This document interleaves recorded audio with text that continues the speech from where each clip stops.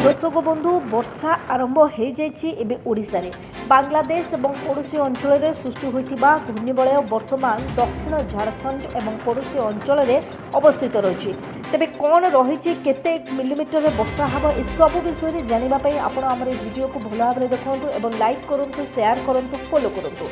दर्शक बंधु यही वर्षार अर्थात घूर्णिबलय वर्तमान समुद्र पतन ठारू 5.8 किलोमीटर उच्चतार विस्तारित हो सारी यार प्रभाव में आसंता 24 घंटा मध्य समान अंचल में एक लघुचाप क्षेत्र सृष्टि होबार संभावना रही है। मौसुमी ट्रफ लाइन वर्तमान पूर्व दिगरू उत्तर पूर्व बंगोपसागर को दक्षिण झारखंड और पड़ोशी अंचल में घूर्णिबलय दे गति करुछि।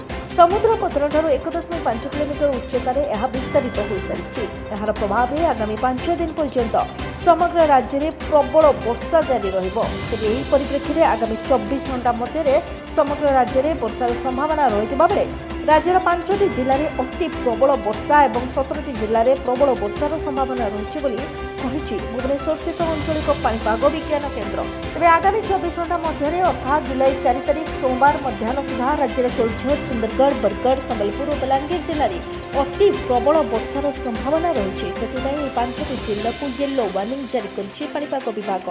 सेहीपरि यह समय बौद्ध कलाहांडी नुआपड़ा कंधमाल मालकानगिरी कोरापुट सोनपुर नवरंगपुर भद्रक जाजपुर कटक देवगढ़ ढेंकानाल मयूरभंज झरसुगुड़ा बालेश्वर अनुगुल प्रभृति 17टी जिले में गोटे किंबा 2टी स्थान में प्रबल वर्षा होबार संभावना रही है। व्यतीत राज्यर अन्य जिलागुड़िकर गोटे किंबा 2टी स्थान में हालुकारू मध्यम धरणर वर्षा सह वज्रपात होबार संभावना रही आज अपराह्न एक सतर्क सूचना जारी करिछि भुवनेश्वर स्थित आंचलिक पाणीपाग विज्ञान केन्द्र। यहां दृष्टि रखी भुवनेश्वर स्थित आंचलिक पाणीपाग विज्ञान केन्द्र पक्षर यह जिलागुड़िक येलो वार्निंग जारी करा जायछि। तेज दर्शक बंधु डेली अपडेट जानापी खबर संपर्कित खबर जानापी और शुणापी आपण आम भिडियो को आम चैनल को लाइक करूँ शेयर करूँ फॉलो करूँ।